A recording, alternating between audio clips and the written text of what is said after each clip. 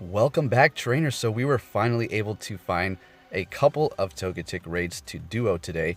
It worked out perfectly. We found one, drove around for a little bit, and then found another one. This was our first time ever doing this, and the first one we went into, as a matter of fact, we one and done it with Elliegantly and myself. So shout out to you. You did a good job. See, you're going to want these Metagross with Meteor Mash. Like I said, evolve as many as you could have on Community Day and slowly power them up over time, because, well, they're just so good. Now, let's see what we have going on here for the stats and the counters that you may want to use if you don't have the Metagross. Okay, so for a 100% IV Togetic non-weather boosted, that's going to be 881. In cloudy weather or windy weather, it's going to get a weather boost, seeing it is fairy and flying type. And 100% IV for weather boost is going to be 1102. Now, let's go over the counters. Number one, right off the bat, better than anything else, is going to be Metagross. It doesn't even have to be maxed out to be better than the other Pokemon or outperform them. And then we're going to have Raikou with Thundershock and Wild Charge, and then Zapdos, Thundershock, Thunderbolt, Luxray, Spark and Wild Charge, Tyranitar, Smackdown and Stone Edge, Mewtwo, Psycho Cut, and Thunderbolt. And then you have Gengar with Shadow Claw and Hex, and Sludge Bomb. Poison is going to be super effective against that Togetic raid because Fairy is weak against Poison. And then you have Victory Bell coming in with Acid and Sludge Bomb. And wow, look at that. Talking about poison types, and it's making the top for offensive going up against the Togetic raid. Not bad. Well done, Victory Bell. So that's pretty much all you need to know. It was down to the last few seconds, and that's with Metagross. Now, all of ours are not powered up, and I had an image of her team down below so you were able to see. I have two maxed out ones. Other than that, everything else is around level 28, 30. So we were still able to do it. Now, we had about 10 seconds left on each one, so that's giving you an idea of how you should perform with your Metagross and what levels they should be at as well. I did do more damage because I do have two maxed out ones. She only has one, so keep that in mind. I didn't do anything special, just had more Metagross powered up. Let's go ahead and talk about Togekiss, which is in Gen 4. Who knows when they're going to release it, but it is going to have some relevancy in Pokemon Go.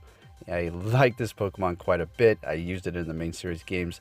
It's not going to be doing what it did there in Pokemon Go, but it's still going to have some usability as an attacker and a gym defender as well. It's going to be a fairy and flying type, keeping that same type as the last one. Max CP potential 3,332, attack 225, defense 217, and stamina 198. Fairly rounded Pokemon right here. So I like that a lot.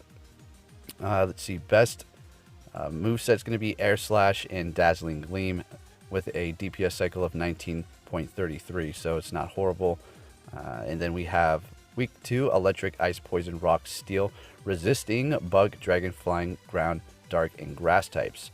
So yeah, it's going to be resisting those fighting types quite nicely, seeing that it is going to be a Fairy and Flying type, 4 times resisting that there. So pretty cool. Let's keep going. Let's see what moves it has, because that is going to be the most important thing here. So we're just going to skip down to its whole move pool. We have Hidden Power, which can be used in a variety of different ways, considering you can have any kind of type within that Hidden Power. So this is going to be very interesting. If you get a 100 and you get, say, I don't want to put a label on whatever bad type you can get for that Hidden Power, but it's just going to be interesting to see what we can do with that, or if you get a good one. Now, which one do I think will be the best? Hidden Power Fairy. Can you get that? Is that something? Is that a thing in Pokemon Go? Hidden Power Fairy? Because if you can get that on Togekiss, that right there with Dazzling Gleam is going to be your best moveset, because we have yet to see a quick fairy move in Pokemon Go. And then you have Air Slash, which, okay, it's going to be alright, I suppose. But I personally will go with Hidden Power on that.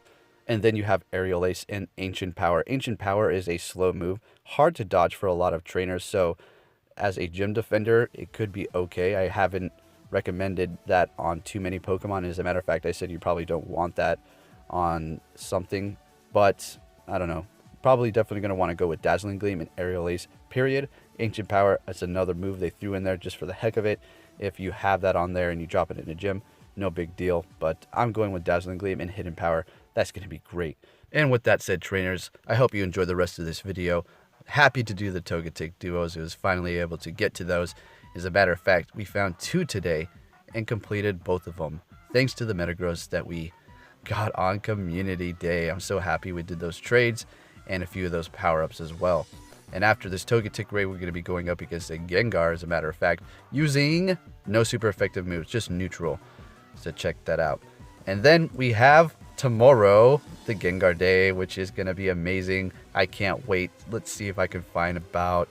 I'm shooting for hopefully 3 at least shinies, and I'm going to be maxing one out. So guys, make sure you're subscribed, have notifications on, and stay tuned because yes, I will be maxing out a Lick Gengar right away and try to do the best that I can to make a side-by-side comparison. So we'll have to see how that goes because you have to also keep in mind that it's so minuscule and you have the RNG going up against raids or gym Pokemon. It's not going to always be the same beat and the same rhythm.